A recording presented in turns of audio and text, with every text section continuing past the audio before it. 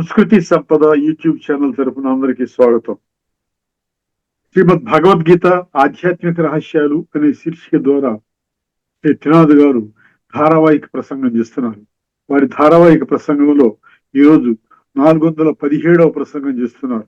శ్రీ త్రినాథ్ గారికి స్వాగతం. నమస్కారం. శ్రీమద్ భగవద్గీత ఆధ్యాత్మిక రహస్యాలు ఈ కార్యక్రమాన్ని వీక్షిస్తున్నటువంటి సోదర సోదరిమణులకి కూడా హార్దిక స్వాగతం, సుస్వాగతం, నమస్సుమాంజలి. ముందుగా ఆధ్యాత్మికము ధార్మికం మధ్య ఉన్నటువంటి ఒక భేదాన్ని మనం ప్రతి ఎపిసోడ్లో తెలుసుకుంటున్నామండి. ఈ ఎపిసోడ్లో కూడా మరొక ముఖ్యమైన అంశాన్ని మీ దృష్టికి తీసుకొస్తాను. ప్రతి ఒక్కరు కూడా ఏం కోరుకుంటారంటే మనశ్శాంతిని కోరుకుంటారు, అర్థమైందండి. కానీ శాంతి కోసము బయట వెతుకుతున్నారు. మనశ్శాంతి, పీస్ ఆఫ్ మైండ్ అంటున్నారు కదండి. మనకి శాంతి అంటారు. ప్రతి ఒక్కరూ ఏ మతమైనా, ఏ కులమైన, జాతి అయినా, రంగు రూపు వర్ణమైనా పీస్ ఆఫ్ మైండ్ అంటారు, మనశ్శాంతి. కానీ ఆ పీస్ ఎక్కడి నుంచి జనరేట్ అవుతుంది అన్న సంగతి తెలియట్లేదండి. దానివల్ల స్థాయిగా ఉండటం లేదా. శాంతి అనేది ఏదైతే అనుభవం చేస్తున్నారో అది అస్థాయి శాంతి.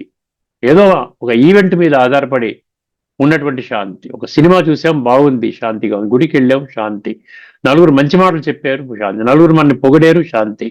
మనకేదో సమాజంలో గుర్తింపు వచ్చింది, శాంతి. దీనికి వ్యతిరేకంగా ఏదైనా జరిగిందనుకోండి, మళ్ళీ శాంతి. ఈ అశాంతి శాంతి మధ్యలోనే మనిషి నలిగిపోతున్నాడు. ధార్మికంగా ఇంతవరకు అర్థమైంది. కానీ ఆధ్యాత్మిక కోణంలో మీకు ఏం చెప్తున్నారంటే భగవంతుడు, నీ ఆత్మ అనుభవం చేసుకుంటే ఆత్మ యొక్క ఒరిజినల్ క్వాలిటీ శాంతి, తమ యొక్క స్వధర్మమే శాంతి అంటాడు. శాంతి స్వరూపమైన ఆత్మ. ఓం శాంతి అంటే అర్థం ఏంటి? నేను ఆత్మని, నా యొక్క స్వధర్మము శాంతి. ఇది ప్రతి క్షణం గుర్తు చేసుకుంటూ ఉంటాం. రోజుకు 100 సార్లు పలకరించుకున్నప్పుడు నేను ఆత్మని, నా స్వధర్మము శాంతి, నేను శాంతి స్వరూప ఆత్మను. ఎప్పుడైతే ఆత్మలో నిక్షిప్తము కాబట్టి గుణాలు ఎప్పుడైతే మనం తెలుసుకుంటామో, ఎప్పుడైతే మనలోనే అంటే ఆత్మలు, నేనెవరిని, నేను ఆత్మని, ఈ ఒక్క విషయాన్ని మనం మర్చిపోయాం. నేను ఆత్మని అన్న విషయాన్ని మనం కానీ గుర్తు తెచ్చుకుంటే ఆ ఆత్మలో శాంతి అనేది ఒక ఖజానాగా భగవంతుడు పెట్టాడండి. నేను శాంతి స్వరూపమైన ఆత్మని. ఓం శాంతి అంటే అది. మళ్ళీ నా యొక్క ఇల్లు ఏదైతే ఉందో బ్రహ్మాండ మహాతత్వము అంటాం, దాని పేరు కూడా ఏంటండి? శాంతిధామము. మళ్ళీ మన భగవంతుడిని మనము పూజిస్తాం. పూజించినప్పుడు కూడా ఏమంటాం? భగవంతుడిని శాంతి సాగరుడు అంటాం. భగవంతుడేమో శాంతి సాగరుడు, నా యొక్క నివాస స్థానమైన పరంధామాన్ని శాంతి ధామము అంటారు. అంటే శాంతి ఉండేటువంటి ఇంట్లోనే నేను ఉన్నాను ఆత్మస్వరూపంలో. తర్వాత మన సంస్కారాలకు అనుసారంగా అనుగుణంగా నేను ఒక దేహాన్ని తీసుకుంటున్నాను, అర్థమైందండి.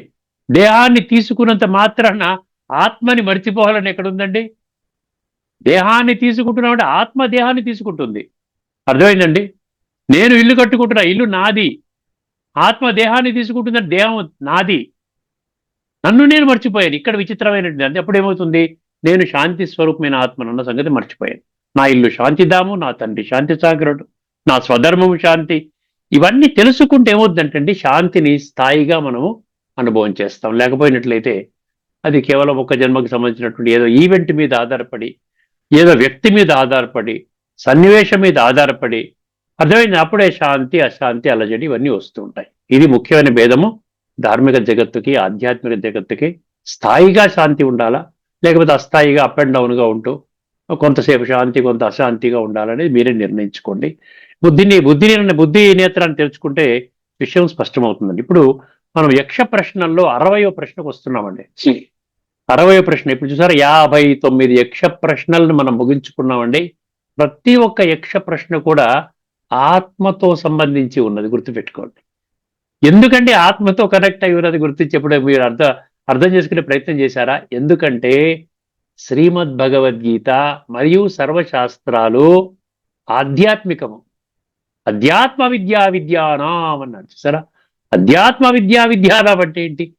సర్వ విద్యలలోకి శ్రీమద్ భగవద్గీత ఆధ్యాత్మిక విద్య, రాజవిద్య. అందుకని రాజవిద్య, రాజగుహ్య అన్నాడు, అర్థమైందండి. అందువలన సర్వశాస్త్రమై శిరోమణి భగవద్గీత అన్నప్పుడు, సర్వశాస్త్రాలకి తల్లి లాంటి శాస్త్రము శ్రీమద్ భగవద్గీత అన్నప్పుడు, శ్రీమద్ భగవద్గీత ఆధ్యాత్మిక విద్యను నేర్పించినట్లయితే సర్వశాస్త్రాలు ఆధ్యాత్మిక విద్యనే నేర్పిస్తాయి. అర్థమైందండి? సర్వశాస్త్రాలు ఆధ్యాత్మిక విద్యనే మనకి నేర్పిస్తాయి, ధార్మిక విద్య కాదు. సో ఆధ్యాత్మిక విద్య అంటే అర్థం ఏమిటి? నేను ఆత్మని. ఈ యొక్క విషయాన్ని అందుకని యక్ష ప్రశ్నల్లో ఇప్పటి వరకు మనము 59 ప్రశ్నల్లో కూడా ఆత్మకి సంబంధించిన విషయాన్నే యక్షుడైనటువంటి గంధర్వుడు ప్రశ్న అడగటం జరిగింది. పంచపాండవులు యుధిష్ఠరుడు ఆ యొక్క ప్రశ్నలకి సమాధానం చెప్పడం కూడా జరిగింది. ఇప్పుడు 60వ ప్రశ్న మీ ముందు ఉంచుతున్నానండి.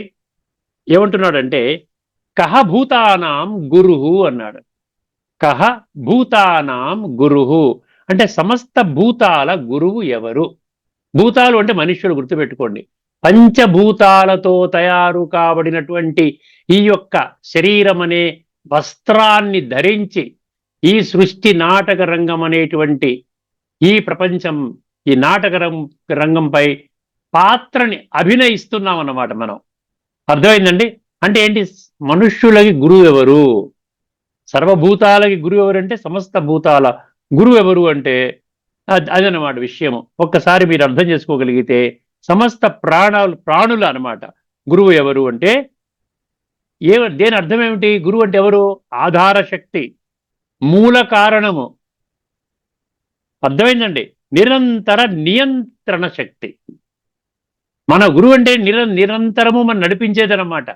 మనకు ఆధారం, మన జీవితాన్ని ముందుకు తీసుకుని వెళ్ళడానికి, శ్రేష్టంగా మలచుకోవడానికి ఆధారం ఏంటండి? ఈ యొక్క గురువు. కాబట్టి గురువు ఎవరు అని అడిగాడు. ఇప్పుడు దానికి యుధిష్ఠిరుడు చాలా చక్కటి సమాధానం చెప్పడం జరిగిందండి. ఏమిటంటే ఆ సమాధానం మీకు ఆశ్చర్యం వేస్తుంది అనమాట మీరు సమాధానం వింటే. ఏమంటారు చెప్పండి ఒక్కసారి? ఏమన్నా ఊహించుకోగలుగుతారు? ఎవరైనా ఊహించుకోలేరు. ఏమన్నారండి? బుద్ధిర్ గురుర్భూతానాం అన్నాడు. బుద్ధి అంట మన గురువు. మన గురువు బుద్ధి. ఏమండి ఎంత చక్కగా చెప్పండి. బుద్ధి అంటే జ్ఞానము, వివేకము. బుద్ధి, ఇంటెలెక్ట్ ఈజ్ ద గురువు ఆఫ్ ఆల్ బీయింగ్స్. బుద్ధి, వివేక శక్తి, జ్ఞానశక్తి సమస్త భూతాల గురువు. ఒక్కొక్క ఆన్సర్ ఎంత తీక్షణంగా ఉందో చూడండి. ఏ ఒక్క ఆన్సర్ని మనం ఎక్కడైనా పరిశీలించి నా జీవితానికి నేను అదని అన్వయించుకుంటున్నానా? ఈ ప్రశ్నకి సమాధానం నా గురించే కదా, సమస్త మనుషుల గురించి చెప్తున్నాడు ఇక్కడ. సమస్త భూతాల గురువు అన్నాడు కానీ అర్జునుడు గురువు అన్నాడా? యుధిష్ఠిరుడు గురువు అన్నాడా? చెప్పండి. సమస్త భూతాల్లో మనము లేమా? మీరు లేరా? నేను లేనా? బుద్ధిర్ ఏమన్నాడండి? బుద్ధిర్ గురుర్భూతానాం అంటే ఏమన్నాడు? What does Guru mean? గురువు అంటే ఏమిటి? ఇప్పుడు చెప్పాడు బుద్ధి. దాని గురించి కొంచెం వివరణలోకి వెళదామండి. మార్గదర్శకుడు, మన జీవితానికి ఒక చక్కటి జీవితం ఏర్పరచుకోవడానికి మార్గాన్ని సూచించేవాడు. అదే బుద్ధి నేత్రము తెరుచుకున్నట్లయితే ఆ మార్గము మనకి స్పష్టమవుతుంది. బుద్ధి నేత్రం తెరుచుకుంటే మనం ఆధ్యాత్మిక కోణంలో వెళతాము. ఆధ్యాత్మిక కోణంలో వెళితే భగవద్గీతను ఆధ్యాత్మిక కోణంలో అర్థం చేసుకుంటాము. అర్థం చేసుకున్నప్పుడు నేను ఆత్మని, ఈ శరీరము నాది. శరీరానికి తల్లి తండ్రి ఉన్నట్లే ఆత్మకి కూడా తల్లి తండ్రి ఉంటారు. ఈ సృష్టి నాటక రంగంలో కేవలం ఒక పాత్రని అభినయిస్తున్నాను. ఈ శరీరము నశ్వరము, ఆత్మ అవినాశి. ఇది వజ్రము, ఇది పెట్టి మాత్రమే. ఇది కుళ్ళిపోతుంది, ఇది కుళ్ళదు, ఇది అవినాశి. ఎంత అర్థమవుతుందన్నమాట ఒకసారి బుద్ధి నేత్రం తెరుచుకుంటే. అందుకనే బుద్ధి నా గురువు అంటున్నాడు ఇక్కడ.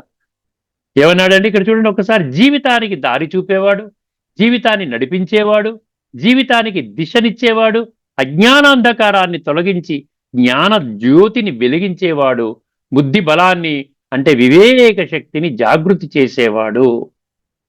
ఇక్కడ వాడు వాడు వాడు అంటే మీరు మనిషి అనుకోకండి. మళ్ళీ అక్కడ ఏం చెప్తున్నాడు? కేవలం వాట్ ఈజ్ ఏమన్నాడు ఇక్కడ? బుద్ధి. వై బుద్ధి ఈజ్ కాల్డ్ గురు అంటే ఒక్కసారి మళ్ళీ ఇప్పుడు వివరణ వినండి. బుద్ధిని ఎందుకు మనం గురువుగా భావించుకోవాలి అంటే దానికి ఏం చెప్తున్నాడు చూడండి. జీవానికి దారి చూపుతుంది, జీవితానికి అన్నమాట. జీవితానికి దారి చూపుతుంది, శ్రేయస్సుకు, ధర్మానికి, ధ్యేయానికి దిశ చూపుతుంది, కర్మను నిర్ణయిస్తుంది. ఎటువంటి కర్మలు చెయ్యాలి, ఏ కర్మ ద్వారా ఆత్మలో ఉన్నటువంటి చెడు సంస్కారాలు, మలిన సంస్కారాలు అవన్నీ తొలగి అది ఆ విధంగా పరిశుభ్రమై సాత్విక సంస్కారాలుగా మారుతాయి, పరివర్తన చెందుతాయి. ఇది బుద్ధి ద్వారా మనకు తెలుస్తుందన్నమాట.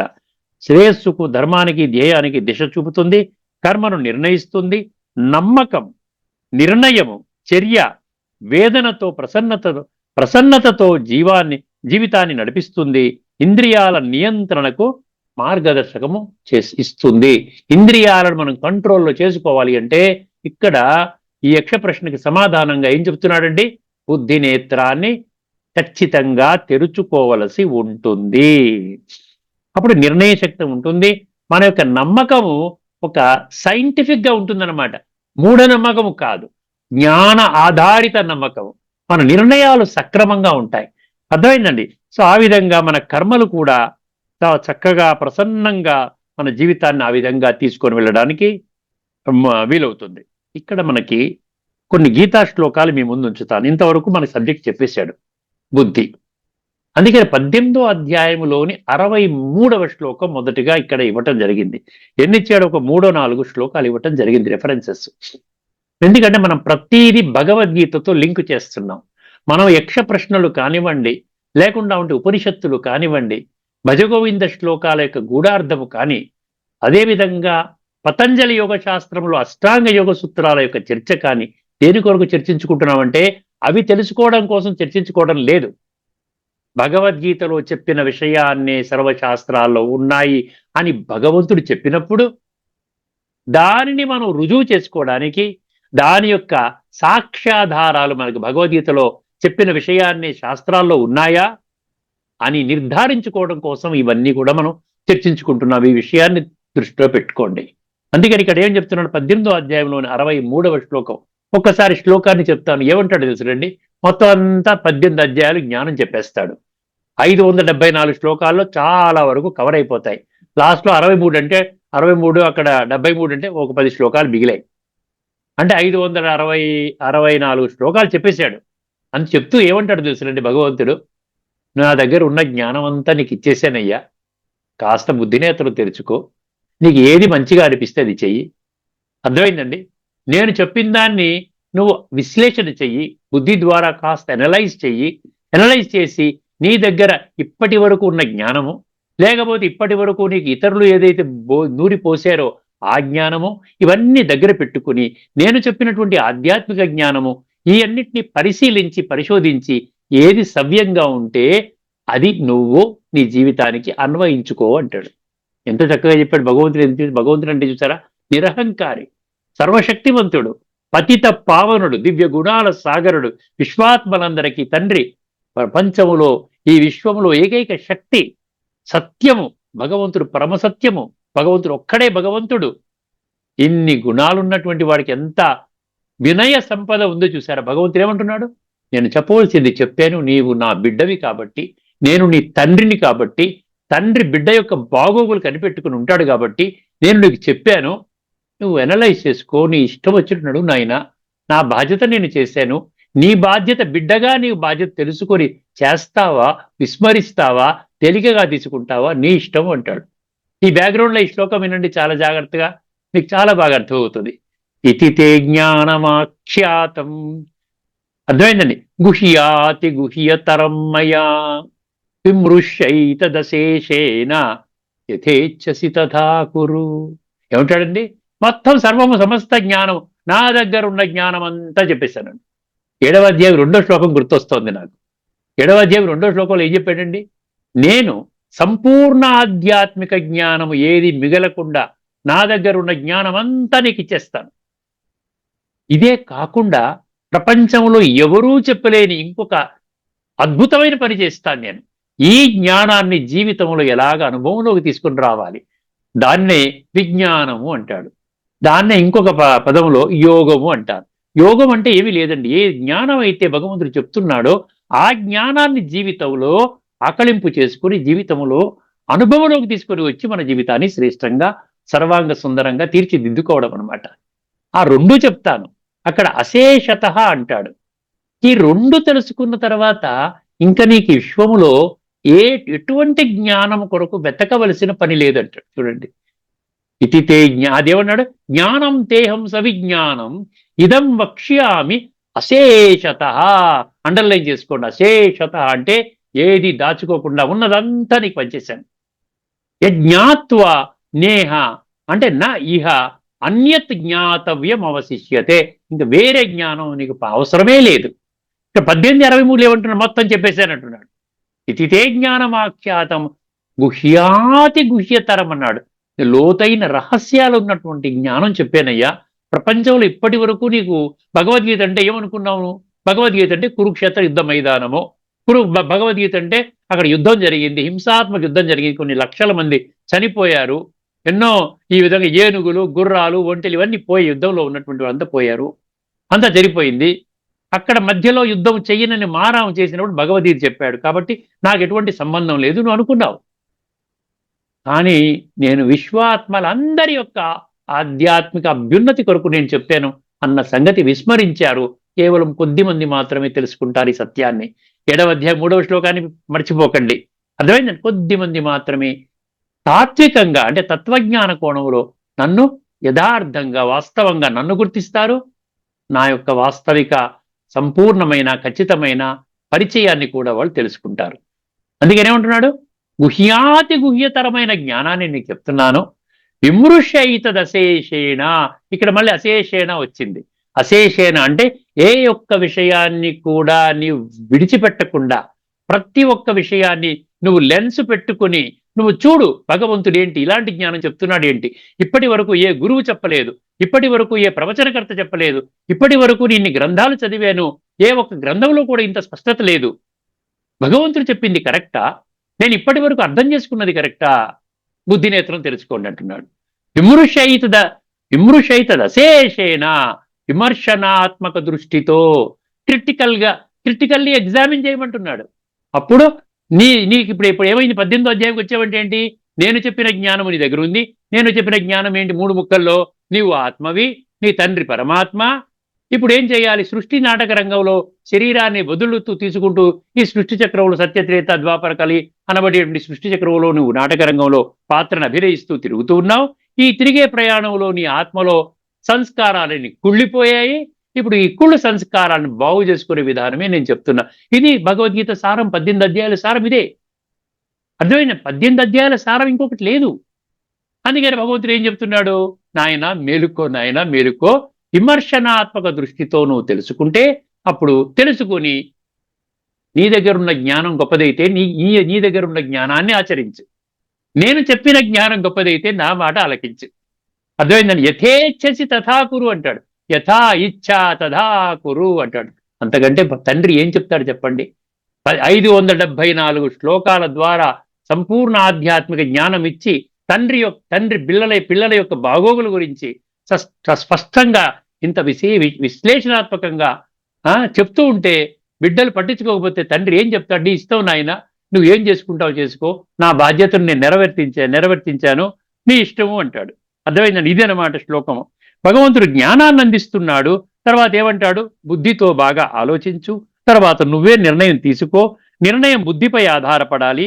ఇదే ప్రధాన సందేశము. కానీ బుద్ధి ఆధారంగా నిర్ణయంకి సరైన గీతా సూచనలు ఏంటండి? ఈ భావాన్ని ఇది ఈ విధంగా నువ్వు నిర్ణయం తీసుకో అని అన్నాడు. ఇప్పుడు తర్వాత 18వ అధ్యాయంలోని 57వ శ్లోకంలో కూడా ఒక రిఫరెన్స్ ఇచ్చాడండి. ఇక్కడ ఏమంటున్నాడు? చేతసా సర్వకర్మాణి మయి సన్యస్య మత్పరః. చేతసా సర్వకర్మాణి, నా కొరకే చేయి, నీ కర్మలన్నీ కూడా నా మీద బలిహారమై చేయి, నా యొక్క ధర్మ సంస్థాపన కర్తవ్యాన్ని సమర్థించే విధంగా కర్మలు చేయి అంటున్నాడు. అర్థమైందండి? అప్పుడు ఏమవుతుందంట? బుద్ధి యోగముపాశ్రిత్య, బుద్ధిని వాడుకొని చెయ్యిరా నాయన, అప్పుడు మచ్చిత్త సతతం భవ, నీ చిత్తము నా మీద పెట్టి నా కంప్లీట్గా సరెండర్ అయ్యి నీవు ఆ విధంగా కర్మలు చేస్తే ఏమవుతుంది? ఇక్కడ ఒకసారి చూడండి.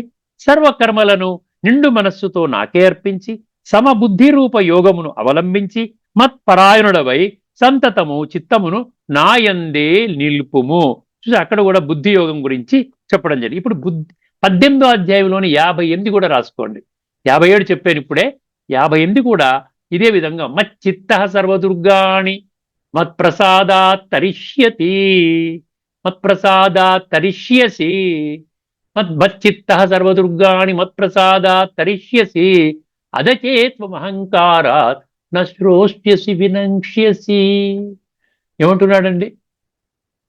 మచ్చిత్త సర్వదుర్గాణి మత్ప్రసాదాత్ తరిష్యసి, నీవు సర్వకర్మలు నాకు అర్పించి, నీ చిత్తం అంటే నీ మనసు నా మీద బలిహారము చేసి నాకు అర్పించి మన్మనాభవ అన్నాడు చూసారా. మామేకం శరణం భజ అన్నాడు. నా ఒక్కడిని గుర్తించి భగవంతుడిగా నీ యొక్క మనసు బుద్ధిని నాకు అర్పించి ఆ విధంగా చేస్తావా నీ జీవితం బాగుపడుతుంది. ఒకవేళ అహంకారము కారణముగా, అదేమన్నాడు అక్కడ, అదచేతు అహంకారా నశ్రోష్యసి, అంటే నువ్వు వినకపోయినట్లయితే నేనేం చేయగలుగుతాను, వినంక్షసి, నాశనం అయిపోతావు అంటున్నాడు. ఒక్కసారి గీతలో ఏమని చెప్పాడు చూడండి. ఈ విధముగా తెలుపబడిన విధముగా నాయందు చిత్తమును నిలిపినచో నా అనుగ్రహం వలన సమస్త సంకటముల నుండి అనాయాసముగా బయటపడగలవు. ఒకవేళ, జాగ్రత్తగా వినండి, ఒకవేళ అహంకార కారణమున నా వచనములను పెడచెవిన పెట్టినచో, చూసారు వినకపోతే పెడచెవి ఈ చెవితో విని ఈ చెవితో విడిచిపెట్టినట్లయితే, పెడచెవిన పెట్టినచో నష్టముల పాలగుదువు అనగా పరమార్థ పదము నుండి భ్రష్టుడగుదువు అన్నాడు. తర్వాత ఇంకొక 2 శ్లోకాలు ఇచ్చాడు ఇక్కడ. 18:64 కూడా రాసుకోండి దయచేసి. సర్వగుహ్యతమం భూయ శృణుమే పరమం వచః. తండ్రి ఎంత ప్రాధేయపడుతున్నాడు చూడండి బిడ్డల పట్ల. ఇది పరమవచనము, దీనికంటే గొప్ప జ్ఞానం ప్రపంచంలో ఎక్కడ నీకు లభించదు. సర్వగుహ్యతమం, చాలా లోతైన తత్వము నీకు చెప్తున్నాను నేను. భూయ అంటే మరలా చెప్తున్నాను, గత కల్పంలో చెప్పాను, కల్పము నేను కలియుగం మీకు అంతిమ సమయంలో వచ్చి చెప్తాను. సర్వగుహ్యతమం భూయ శృణుమే పరమం వచః ఇష్టోసి మే దృఢమితి తతో వక్ష్యామి తే హితం. నీ దేనికోసం చెప్తున్నాను, నువ్వు నాకు ఇష్టడివి, అర్థమైందండి, నీ యొక్క హితము కోరి చెప్తున్నాను. చూసారా, బుద్ధి నేత్రం తెరుచుకోకపోతే నష్టమేంటి, బుద్ధి ఎందుకు గురువైంది, ఇవన్నీ ఎంత తీక్షణంగా ఉన్నటువంటి మహావాక్యాల్ని మనం తేలికగా వదిలేస్తున్నాం. దీంట్లో ఏమిచ్చారు చూడండి ఒక్కసారి. ఈ విధముగా సమస్త గోప్య విషయముల యందును పరమ గోప్యమైన నా వచనములను మరొక్కసారి వినుము, నీవు నాకు అత్యంత ప్రియుడవు. ఇష్టుడు అన్నాను కదా, అగుట వలన నీకు మిక్కిలి హితమును గూర్చిన వచనములను మరలా చెప్పుచున్నాను. అద్వైత 66లో మనం చెప్పక్కర్లేదు, ఇప్పటికే చెప్పుకున్నాం కదండి. 18:65 మన్మనాభవ, నీ మనసును నాకిచ్చు, సత్యం తే ప్రతిజానే ప్రియోసిమే అని 18:65. నేను సత్యంగా చెప్తున్నాను, నీవు నాకు మిక్కిలి ప్రియుడువు, నేను ప్రతిజ్ఞపూర్వకంగా చెప్తున్నాను, ఒట్టు పెట్టి చెప్తున్నాను, నా మాట నమ్మండి, ఇదే సత్యము, నేను ఒక్కడే సత్యము, మిగతాదంతా అసత్యము, ప్రపంచమంతా అసత్యంలో ఉన్నది. అందుకనే చూసారు రోజు రోజుకి విలువలు పడిపోతున్నాయి, గొడవలు పడుతున్నారు. మళ్ళీ సర్వే జనాహ సుఖినో భవంతు అంటారు. ఎవరి కోసం అంటున్నారు? యూనివర్సల్ బ్రదర్హుడ్ అంటారు, వసుదైవ కుటుంబకం అంటారు, లోకా సమస్త సుఖినో భవంతు అంటారు.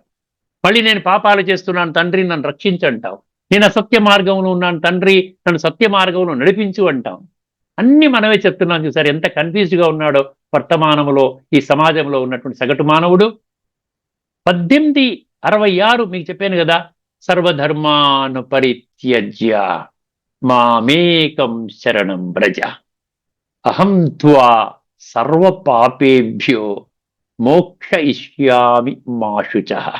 అర్థమైందండి, అహం త్వా సర్వ పాపేభ్యో మోక్షయిష్యామి మా శుచః అంటే ఏమంటున్నాడు, సర్వ పాపాల నుండి నిన్ను కడిగేస్తా. మొత్తం పాపాలతోని ఆత్మ కుళ్ళిపోయింది, తమో ప్రధాన సంస్కారాలతో నిండిపోయింది, మలినంగా అయిపోయింది, నల్లగా బొగ్గులాగా అయిపోయింది.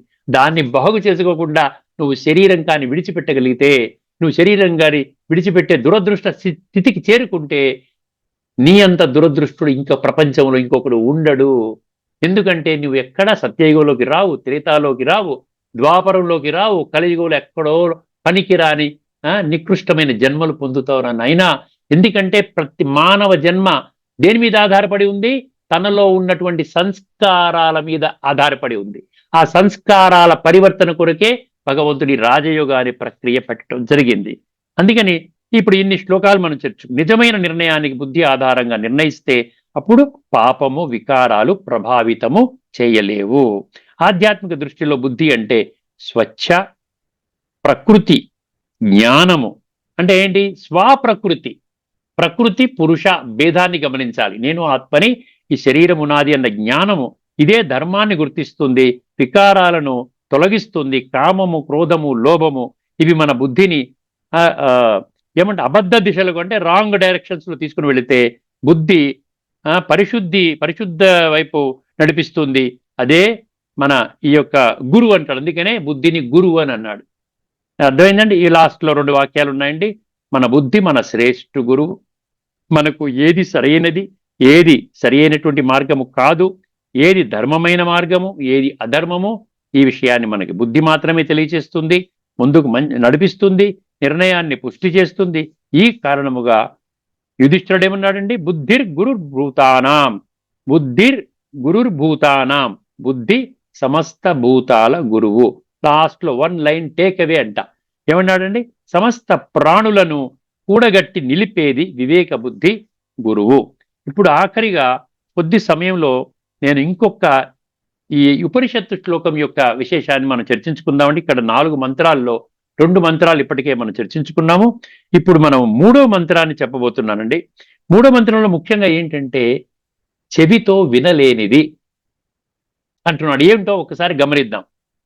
ఒక్కసారి మంత్రాన్ని చూడండి. దీన్ని ఏ విధంగా రాసుకుంటారంటే 1.3 లేక 2.3 ఈ 2 నంబర్స్ వివిధంగా కొంతమంది ఆ విధంగా నిర్ధారించారని 2 నంబర్స్ రాసుకోండి.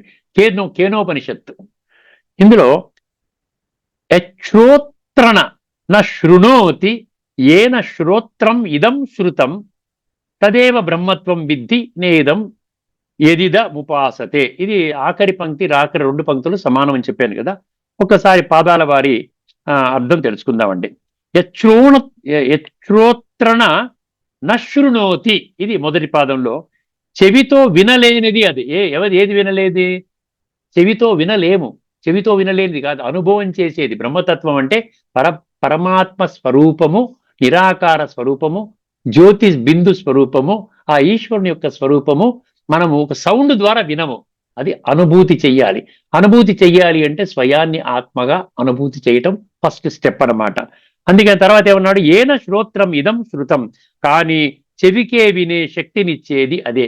ఒకసారి ఆధ్యాత్మిక దృష్టికోణంలో అర్థం చేసుకుంటే అదే చెవితో పరమాత్మ జ్ఞానం మనం వింటాము. ఏ విధంగా అనుభూతి చెయ్యాలో అన్న విషయం కూడా మనకి స్పష్టమవుతుంది. తదేవ బ్రహ్మత్వం విద్య, అదే బ్రహ్మము అని తెలుసుకో. అప్పుడు నీకు ఆధ్యాత్మిక దృష్టికోణంలో నీకు అర్థమైనప్పుడు నీవు పరబ్రహ్మ స్వరూపాన్ని, పరమాత్మని గుర్తించగలుగుతావు. తర్వాత ఏమంటున్నాడు? ఆఖరిలో ఏమంటున్నాడు? మీరు ఇప్పటి వరకు ఇది మీరు పూజిస్తున్న రూపదైవము కాదు. ఇది ఆఖరి పంక్తిలో ఉన్నటువంటిది. ఏం చెప్పాడు? తదేవ బ్రహ్మత్వం విద్ధి నేదం యదిదము ఉపాసతి అంటే ఇది మీరు పూజిస్తున్న రూపదైవము కాదు. ఇప్పుడు మీరు ఏదైతే ఒక దైహిక స్వరూపాన్ని, అర్థమైందండి, ఒక దేవతా స్వరూపాన్ని మీరు భగవంతుడిగా కొలుస్తున్నారో వారు సత్యముగా భగవంతుడు కాదు, భగవంతుడు నిరాకారుడు అన్న విషయము చెప్తుందనమాట. అంటే బ్రహ్మం అంటే పరబ్రహ్మ స్వరూపము శబ్దవాచ్యము కాదు, ధ్వని రూపము కాదు, మంత్రోచ్చరణతో పట్టుబడదు. కానీ చెవి పనిచేయడానికి కారణమదే, జీవన్ శక్తి మూలము అదే. అందువలన దేవుడు స్థూల రూపము కాదు, నిరాకార చైతన్యము. శబ్దానికి అవ్యతిరేకమైనటువంటి తత్వం బ్రహ్మము కాదు. నాదంతో గ్రహించలేము. బ్రహ్మం అంటే పరబ్రహ్మ స్వరూపం, పరమాత్మ యొక్క ఒక ప్రక్రియ చెప్తున్నాడు. ఏం చెప్తున్నాడు? స్థితి శబ్దాతీతము అంటున్నాడు.